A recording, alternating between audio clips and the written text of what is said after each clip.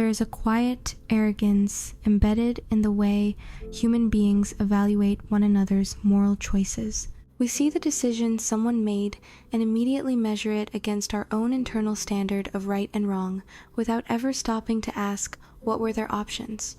What did they know? What had life already done to them before they arrived at that moment? As finite beings, we do not have access to the full picture. We live chronologically, meaning we move through time one moment at a time, accumulating experience incrementally, each of us carrying a different archive.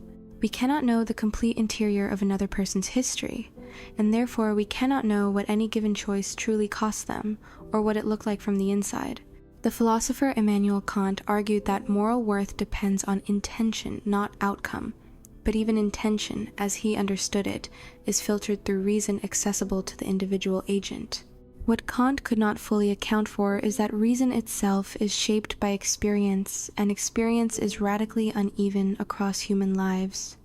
We are not working from the same information. Thomas Nagel extended this problem with his concept of the view from nowhere, arguing that true objectivity would require a perspective outside of any particular standpoint. That perspective is not available to us.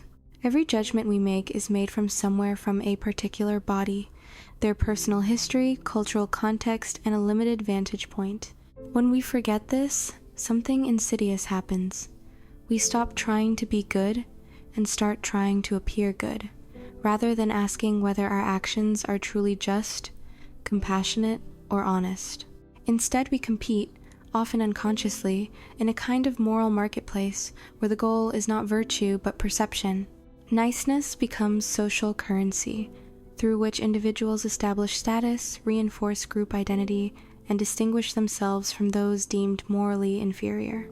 This is not goodness, it is pride dressed in the language of ethics. Arguably, every person is doing what they perceive to be best. They woke up, trying to survive, trying to belong, trying to make sense of things with the limited understanding they had at the time. The person you are calling wrong is operating from their own accumulated map of reality, just as you are operating from yours. Aristotle recognized something like this, where he argued that moral character is shaped through habituation over time. You do not choose your initial moral formation. It is built into you through repetition, environment, and community, which means the question is never simply, why don't they just choose better? The question is always, what shaped the choices available to them? This is exactly where the theological argument becomes not just compelling, but logically necessary. If no human being can access a perspective outside their own limited experience, then no human being is equipped to hold the final standard of goodness. We are all, to use the philosopher's language, epistemically situated.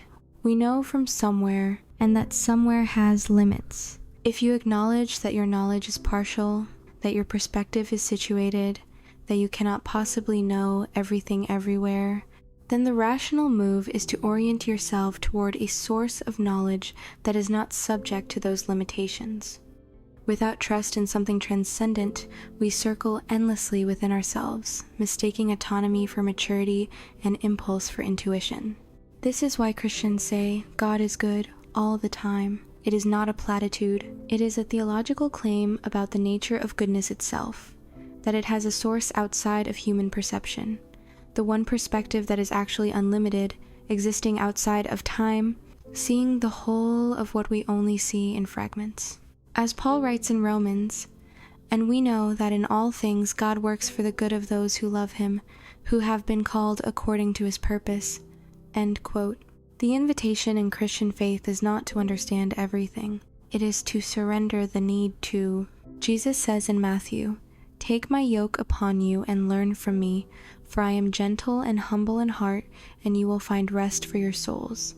For my yoke is easy and my burden is light." End quote. To take on the yoke of Christ is to die to your own understanding of right and wrong, your own moral map built from limited experience, and allow yourself to be guided by the one who sees the whole terrain. Paul describes this transformation in Romans. Do not conform to the pattern of this world, but be transformed by the renewing of your mind. End quote. Real Christian transformation means dying to the flesh, dying to your ego's insistence that it knows best. It is one of the most demanding and most countercultural acts available to a human being. And yet, throughout history, many Christian frameworks have done the opposite to dominate, exclude, or control. That use has been a distortion, not an expression, of what the text actually teaches. As Martin Luther King Jr. described in his speech, Transformed Nonconformist, he said, "Nowhere is the tragic tendency to conform more evident than in the Church, an institution which has often served to crystallize, conserve, and even bless the patterns of majority opinion." The erstwhile sanction by the Church of slavery, racial segregation, war, and economic exploitation is testimony to the fact that the Church has hearkened more to the authority of the world than to the authority of God. Called to be the moral guardian of the community, the Church at times has preserved what is immoral and unethical. End quote. By invoking the example of the early Christians, he argues that authentic faith begins with the individual's willingness to resist conformity and embody the demands of the gospel. Structural change, therefore, is inseparable from inward transformation, for communities inevitably reflect the convictions of the people who shape them. True healing does not originate in the isolated self because the self was never designed to be self-sufficient. Reform begins with the individual, in a constant relationship with society. It is expressed through actions and support, a genuine desire to nourish our relationships. At the age of 15, Bertha Bowman became the only African American member of the Franciscan Sisters of Perpetual Adoration. Gifted with a brilliant mind, beautiful voice, and a vibrant personality, Sister Thea shared the message of God's love through her teaching career. She taught and encouraged her Black students to be bold, courageous, to radiate joy, and to share their gift to the world. Sister Thea awakened a sense of fellowship in people both within and well beyond the Catholic world. She had faith that together we can build something beautiful. When you read what Christianity actually teaches about how human beings are meant to relate to one another, you find a map for the most harmonious way humans can exist together. To recognize our innate responsibility and care for each other. The frameworks given for marriage, community, and relationship were never designed to enforce hierarchy or suppress the individual. They were designed because God, who sees all of human nature at once, knows how we work best. The instruction for mutual submission in Ephesians 5:21, submit to one another out of reverence for Christ, comes before any specific instruction about marriage roles. It is the governing principle. Everything that follows is downstream of it. What actually happens when two people genuinely fall in love is that mutual submission occurs naturally.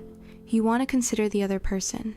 You want to lay down your own preferences for their flourishing. That is love expressing its nature. The same logic applies to communities. The early church described in Acts 2 was not organized around power. It was organized around shared needs and shared provision. Acts 2:45 states, "They sold property and possessions to give to anyone who had need." End quote. The structure existed to serve the flourishing of everyone inside it. Our privileges, abilities, and resources are entrusted to us for a purpose beyond ourselves. Robert Ingersoll, the 19th century American lawyer and orator, said, "The superior man is the providence of the inferior. He is eyes for the blind, strength for the weak, and a shield for the defenseless. He stands erect by bending above the fallen. He rises by lifting others." End quote. John F. Kennedy distilled it famously to, "A rising tide lifts all boats." We need more, we're all in this together, rather than me versus the world. None of this means we abandon moral reasoning or stop having convictions. Forgiveness is not about excusing what was done, it is about refusing to let what was done continue to shape you.